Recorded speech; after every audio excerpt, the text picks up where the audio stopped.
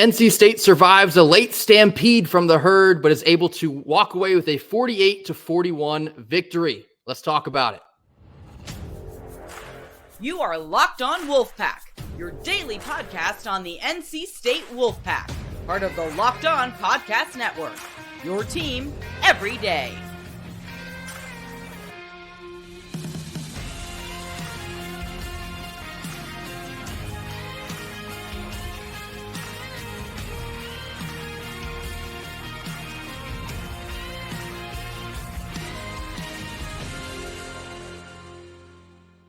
What's up, Wolfpack Nation? Welcome back to another episode of Locked On Wolfpack, free and available wherever you get your podcasts and on YouTube, part of the Locked On Podcast Network, your team every day. Happy Victory Monday as NC State pulled out the win on Saturday. As always, I'm Grayson Boone, joined by former Wolfpack defensive tackle Kenton Gibbs.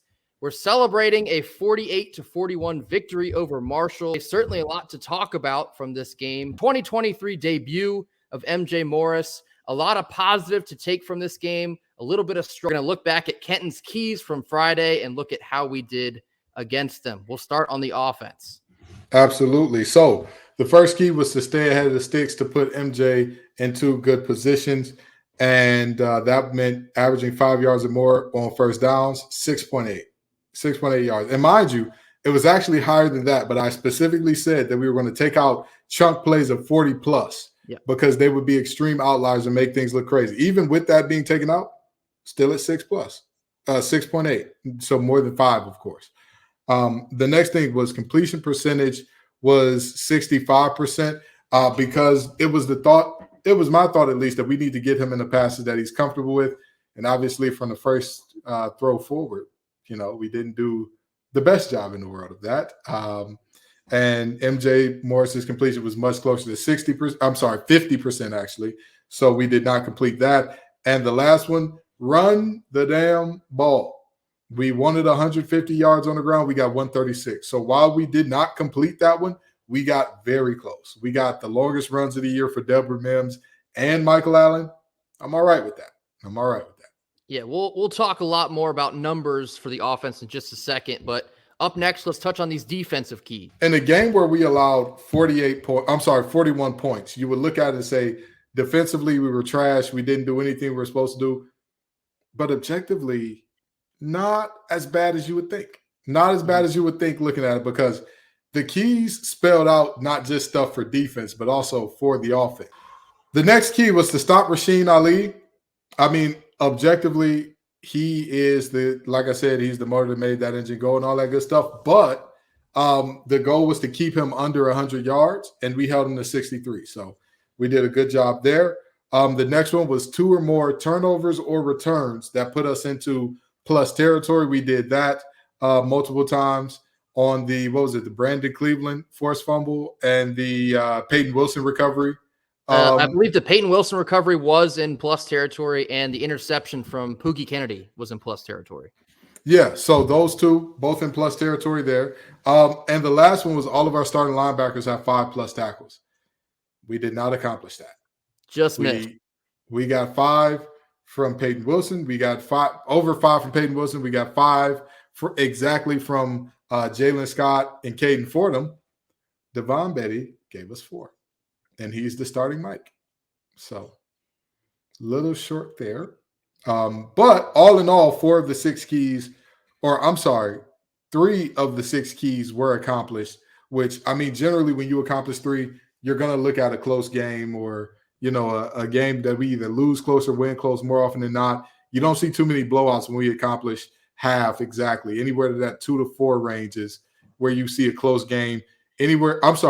3 or 4 ranges where you get that. 1 to 2 keys, we probably got blew out. 5 or 6, we did the blowout. Typically, when we roll back through these keys, they will often tell you the story of how the game played out. But I think this is an outlier in the sense that we played pretty well against these keys, and yet the game was still a lot closer than it should have been. Of course, early in the game, we spotted Marshall a very generous 14 points there out of the gate. Yeah. Certainly didn't help our cause, but touching on the offense first before I roll back into the defense, it was the debut of MJ Morris, 53% completion percentage, 265 through the air, 4 touchdowns. And then, of course, he did throw 3 interceptions. I don't think all 3 of them were his fault. Couple tough bounces, couple missed blocking assignments.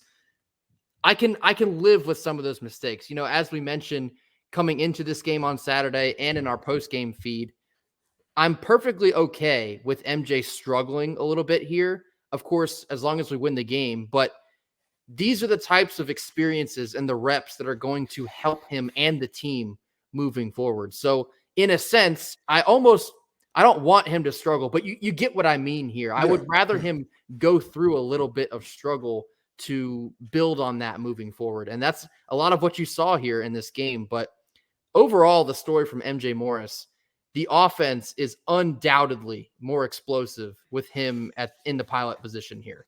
We, by far, had the highest amount of explosive plays in one game in this Marshall game. You had Penix streaking out for 2 touchdowns. You had Michael Allen with a long run, long pass to Timmons. You had a couple good completions for Concepcion. But you know what, though?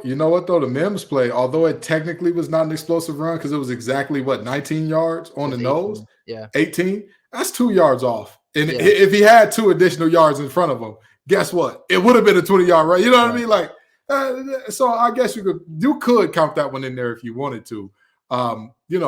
This is the most explosive our offense has looked all year. Right. I said it in the post game on Saturday night.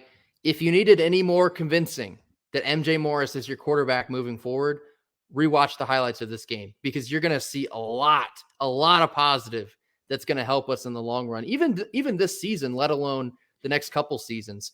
This is where the offense is going to be at its peak performance, and that's with MJ at the quarterback position. So really liked overall what I saw from MJ. I'd give him probably a B- in his first game, and that's perfectly fine. We mentioned also this felt like the perfect game that you could insert him into the lineup if these were the circumstances here. I'd much rather him play Marshall, get his feet wet before we go into Duke, because that's going to be a tough game. As far as the rushing game goes, we've given a lot of tough love to the offensive line, which is warranted. I thought they struggled a little bit in this game as well, but also they opened up a couple big holes that Michael Allen was able to run through for a 37-yard touchdown. Shout out to Michael Allen. First touchdown of the season for him. Great to see him finally break through a bit. He almost had 2 longer touchdowns if he wasn't tripped up on the first one.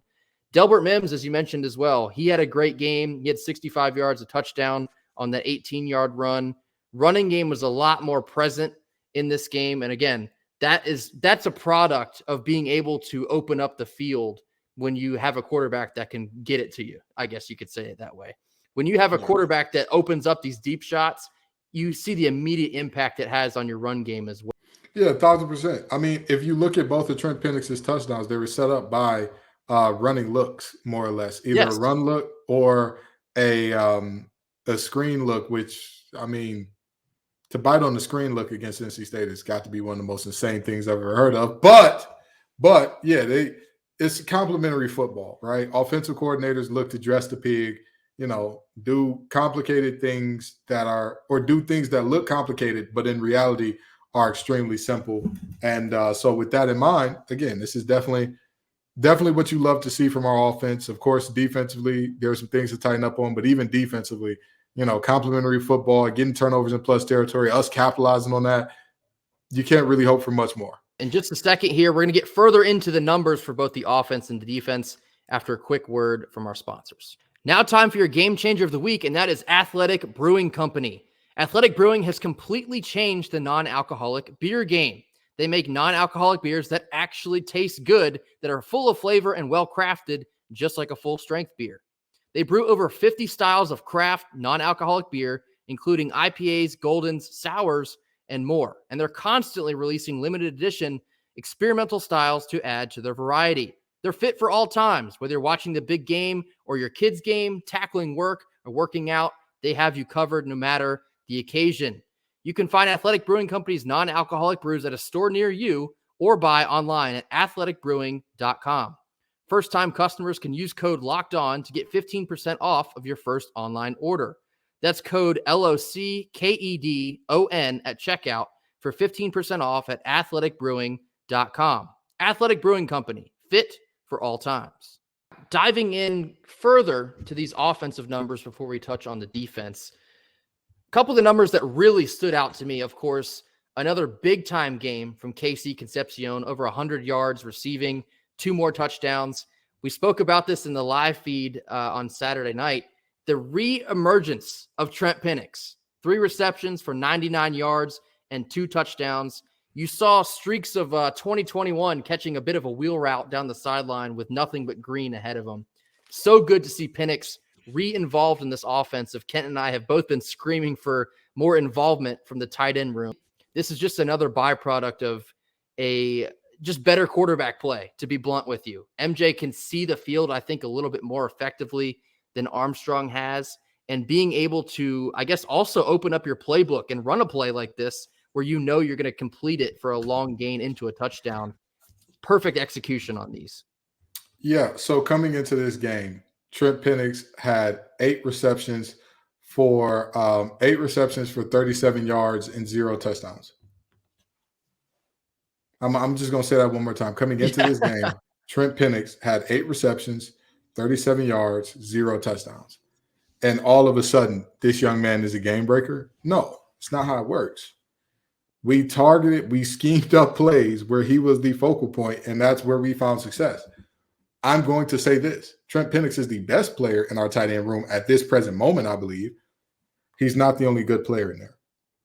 If we are, and I'll say this after what I saw from Porter Rooks in terms of blocking on that bubble screen, our receiver rotation needs to get tighter than spandex on Fat Bastard and Austin Powers. Do you understand? That rotation needs to shrink immediately. And you know what rotation needs to grow? Tight end. Yes. We need to run. If you think about who our tight ends are, right? Because I know a lot of people say, well, if we put tight ends where Porter Rooks was, that'll instantly tip off that we're running a screen. You sure about that? All 3 of our tight ends are much more pass-catching threats than inline blockers. All of them. All of them. Who would you even say is the best blocker of the 3? I'd say maybe Tootle. I think I'd go Tootle too. He's made a really big jump in terms of his blocking this year, which is why I'm surprised that you don't reward that by getting him the ball. But you get my point here. Yeah. We have multiple guys. I watched this with Devin Carter. I'm not watching this story play out again with Porter Rooks. I'm not saying this is his year. This is his game every year no more. Every time no more. Maybe it's us. Maybe state is the problem. Maybe he needs to go elsewhere to find success. But what I do know, that effort that I saw out of him on that bubble screen right there, that taught me right there. No.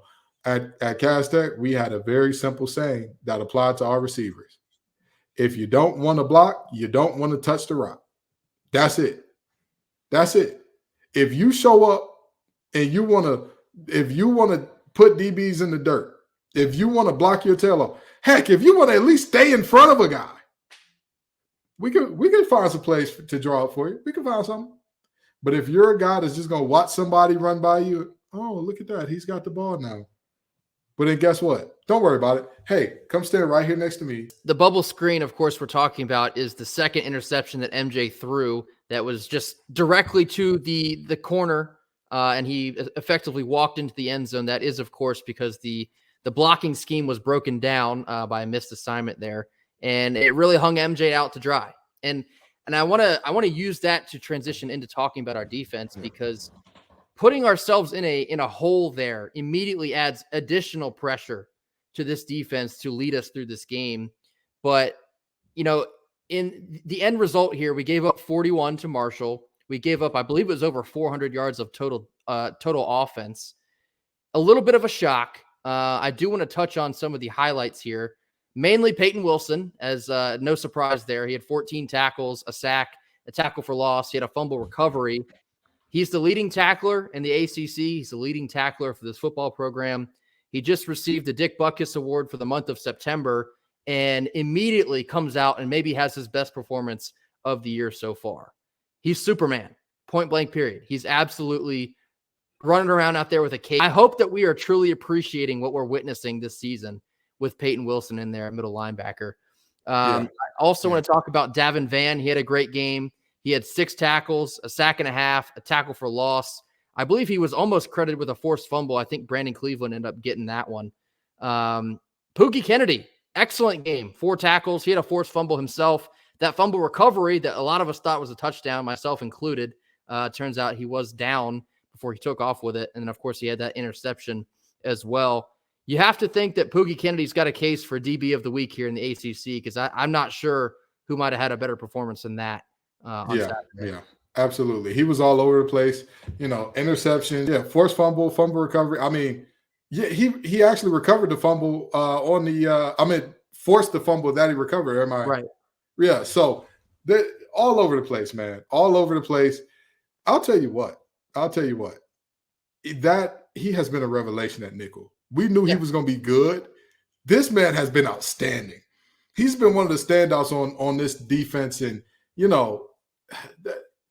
thank the transfer portal. I would take it a step further. I think he's been one of the standouts on the entire team. I saw someone tweet this on Saturday. I cannot remember who it was, but they say Pookie Kennedy was one of the best transfer additions that we made this season. Undeniably so. He's having one heck of a season, and another big game he had on Saturday. Yeah, and I'm going to tell you what, when you string together big game after big game after big game, what happens? You string together a huge season. Yes. You string together a season where you've been dominant all year and all that. And we're going to, the way that we got all these DBs getting hit with the injury bug and all that, we're going to pray his continued strength so that he can continue to do the things that he's been doing. Because I'll tell you what, he puts on the show. He is absolutely Johnny on the spot whenever you need him. And, Pookie Kennedy, it can't be understated. And I'll say this for Brandon Cleveland. Every time he's on the field, big things are happening. Big things. And I get it. I get why C.J. Clark is a starter, and I understand. Trust me, as a defensive lineman myself, I understand the difference between being the rotation guy or the backup that comes in and when there's been 4, 5, 6 plays in the drive and being the starter. I understand the difference. All I'm saying is Brandon Cleveland, every time he's on the field, something special is happening. And so, that's not something to discount at all. And speaking of big men getting to the quarterback, I want to pivot and talk about our effort on pass rush. We had 6 sacks for 41 yards. Peyton had 1. Davin Vann had a sack and a half. Cleveland had 2 sacks. You talk about the difference that he's been making every time he's on the field. Savion Jackson had a sack. Red Hibbler had a sack. Boykin, Scott, Fordham all had half sacks. Excellent effort to get to Fancher back there in the backfield.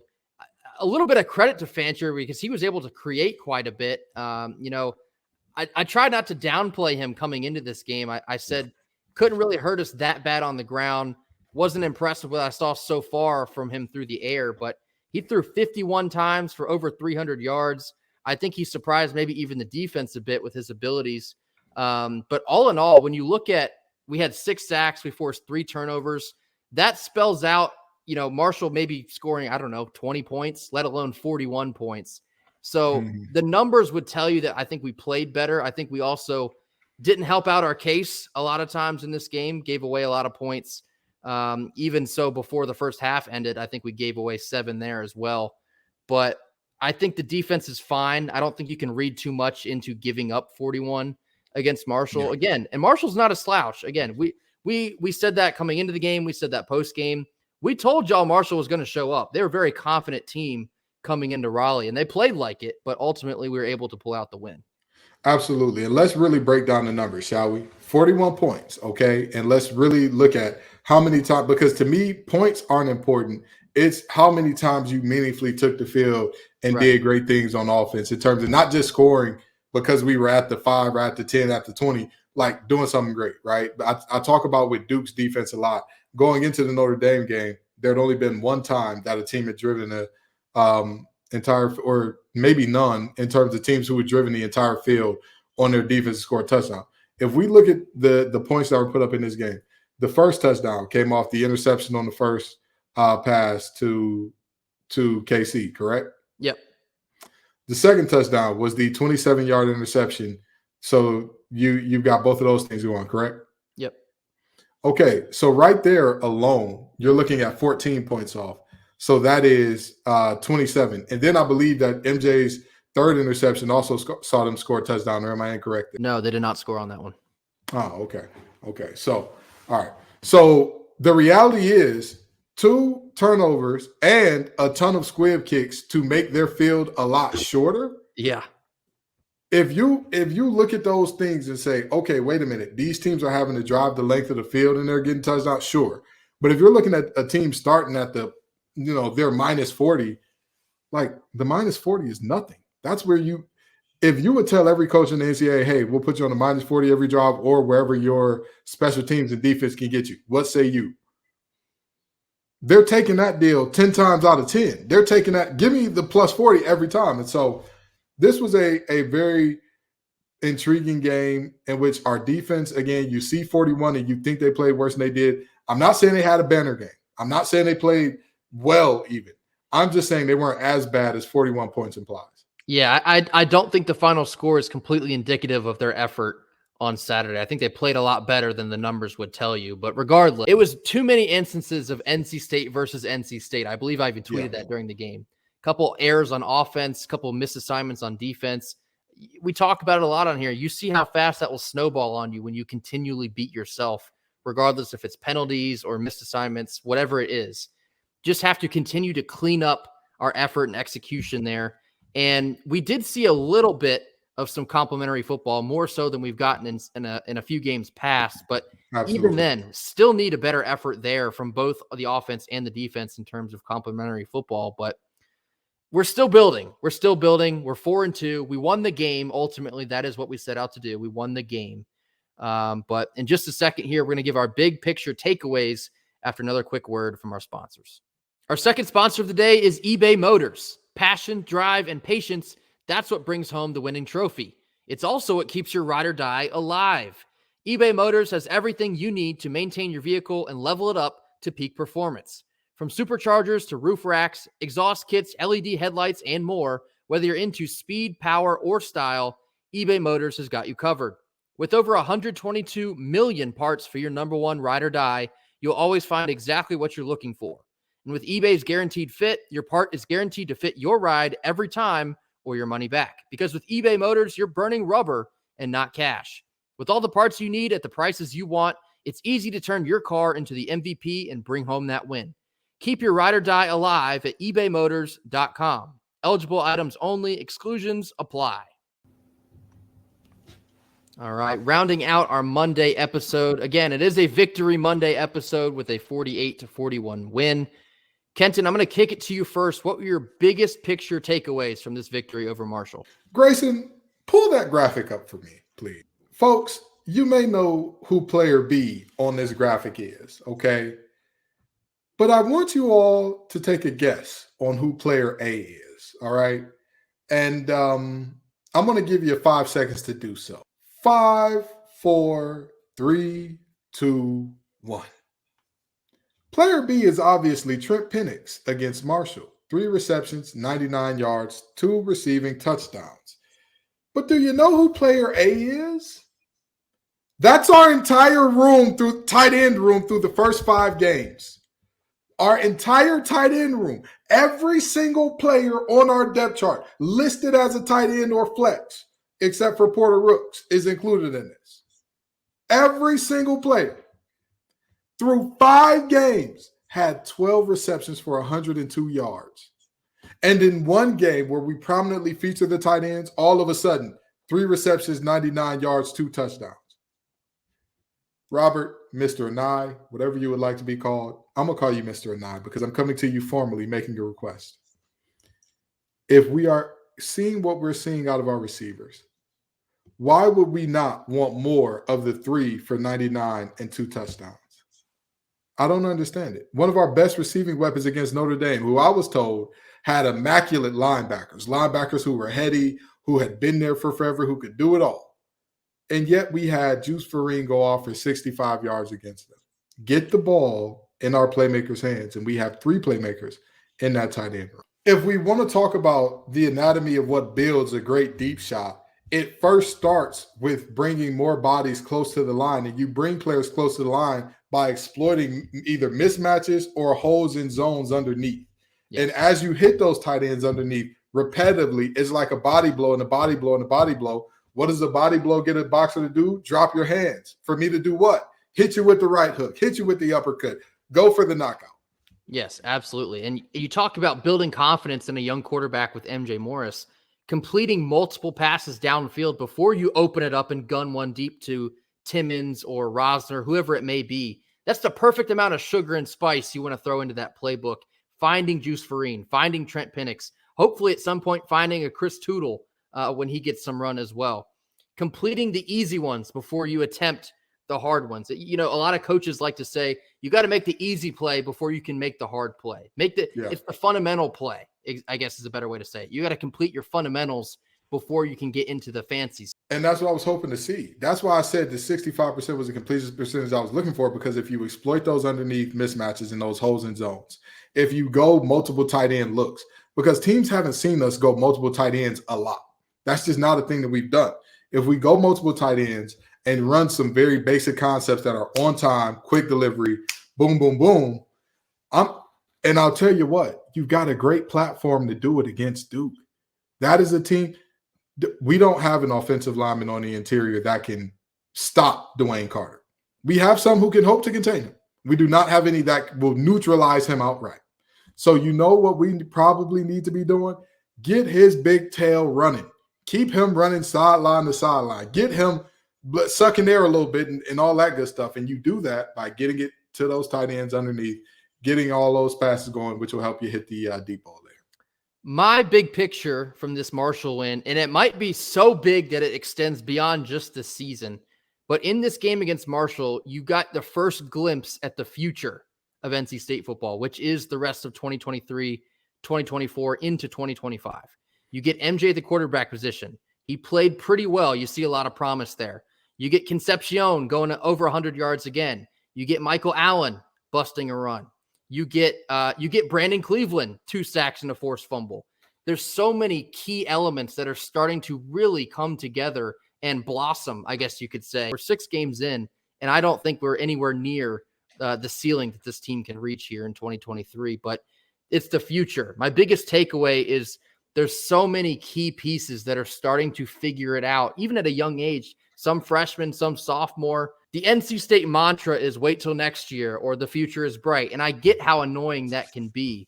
But if you saw what we saw on Saturday, it's almost— I'd argue the present is bright. It's almost annoying to say for real this time, like we actually mean it. But I think more so than ever before, you're seeing a slow evolution of this offense that can really be something in about a year or two.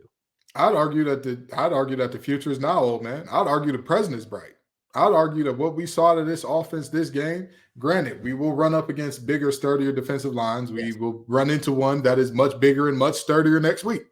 And I mean that, okay? Obey and company at Duke, those boys are serious up front. But with that being said, I have more confidence now than I did before. And if you think that ACC madness is over, we just saw a game where a team lost because they refused to take a knee.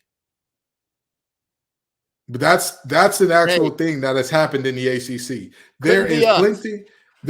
Listen, I said Davis go down as the worst game manager in the ACC after this one, and Mario Cristobal said, "Hey, hold my cerveza, brother. I'm about to show you." He might need to send him a cerveza as a thank you.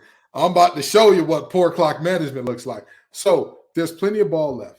Anybody can beat anybody in this ACC. When you look forward to every game that we have going forward, I don't see any games that I would pencil in as for sure no way we lose at W's. I don't see any that I pencil in as for sure no way we win at L's either. That'll do it for us here on Victory Monday. Good show for you coming tomorrow on Tuesday as well. We have our Locked On Look of the Week. We're, of course, bringing back whole lot of nothing, whole lot of something. A lot to discuss, I guess, the finer details of this victory against Marshall. But again, that'll do it for us here on Monday. Be sure to comment, like, and subscribe. We'll get to all of your comments. And then, of course, once Fans Friday rolls around, should have plenty to choose from then. As always, thank you so much for the support. Had a lot of viewers in the live feed Saturday. Until tomorrow, go Pack.